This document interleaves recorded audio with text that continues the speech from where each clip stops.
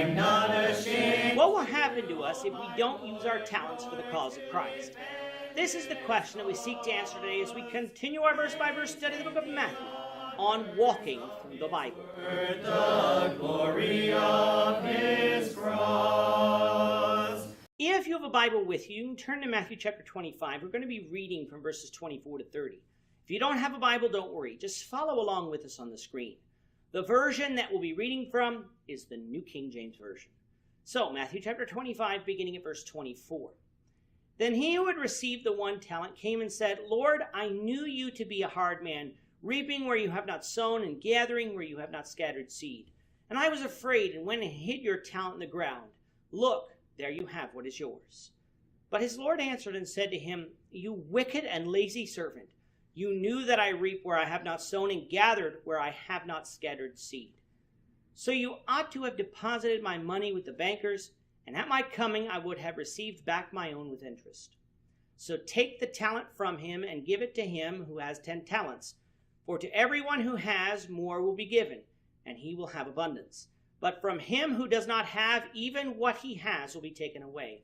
And cast the unprofitable servant into outer darkness. There will be weeping and gnashing of teeth.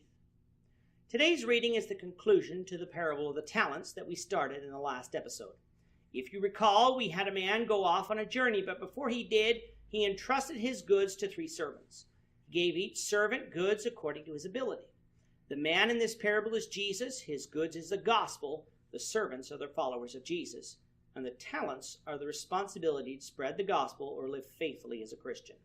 Each servant had a different ability, so each received a different number of talents. 1 man received 5 talents, 1 man received 2 talents, and 1 man received 1 talent.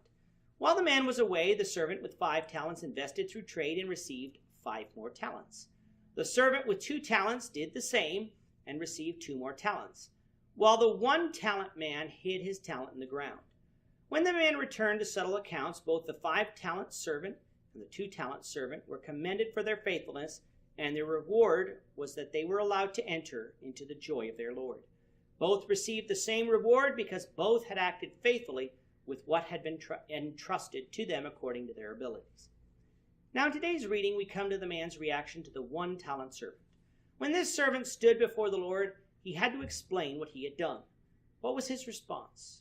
He said that he knew the man was a hard man, meaning that he was stern, a man who reaped and gathered harvests even though he did not sow the seed. He also said that this led him to be afraid of losing the talent through poor investments. So instead of losing it, he simply buried it in the ground so that it could be returned to him. Some people view God this way, a severely harsh being who is just itching to cast people into hell. They therefore don't want there to be any chance at upsetting him, so they don't do any work in spreading the gospel, so that come the judgment day, he won't be mad at them. Was that the reaction of the man towards this 1 talent servant? Was he simply happy to receive his money back? No, the man called the servant wicked and lazy. He said the servant knew what type of man he was, so that meant he knew what the man expected. At the very least, he should have deposited his money with the bankers so that it could earn interest.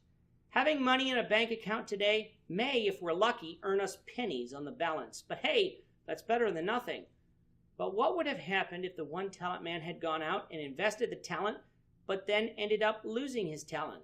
Wouldn't the man have been unhappy? Although we can't know for sure, I don't think it is wrong to say that no, the man wouldn't have been upset with this servant, because at least he went out and tried to work in increasing the value of his talent. But again, we must go back and realize that this man was given 1 talent based on his own ability. There was something that he was able to do, and even if it was small, he shouldn't have returned with less than what he received. He would have received more, even if that was only interest. Every Christian has the responsibility to go out and teach the gospel. No, not everyone is going to be teachers, but there's so much more to spreading the gospel than being the physical teacher. There's giving so that the gospel can go out. There's setting up contacts by talking to our neighbors and inviting them to study. There's encouraging those who do teach. There is much to be done, so if we're only a 1 talent servant, let's not bury our talent in the ground. What happened to the 1 talent man? He was cast in outer darkness where there was weeping and gnashing of teeth. The same punishment we found at the end of chapter 24 for the one who wasn't prepared for the Lord's return. This servant thought that he was not going to get the man angry and would be rewarded if he simply returned his talent without loss. The fact of the matter is, though, he was lazy and wicked, and so even though he didn't lose his talent, he didn't use his talent, so he was punished. The same can happen to the Christian who chooses to be lazy and not be involved in the furthering of the gospel. We all have responsibility, so let's go out and use our talents for the glory of God. With that, our time is up for today. The Lord willing, we hope you'll join us for tomorrow's question and answer edition, seeking to answer the question, is giving of our means optional? The Lord willing, on Monday, we will return to our study of Matthew, covering Matthew 25, verses 31 to 40, as we continue our walk through the Bible, one verse at a time. I'm not ashamed. Thank you for watching today's episode. We hope that you found it edifying and ask that you not only subscribe to our channel and podcast, but that you like and share this episode among your friends, so that the saving gospel of Jesus Christ can go out to the whole world. Of his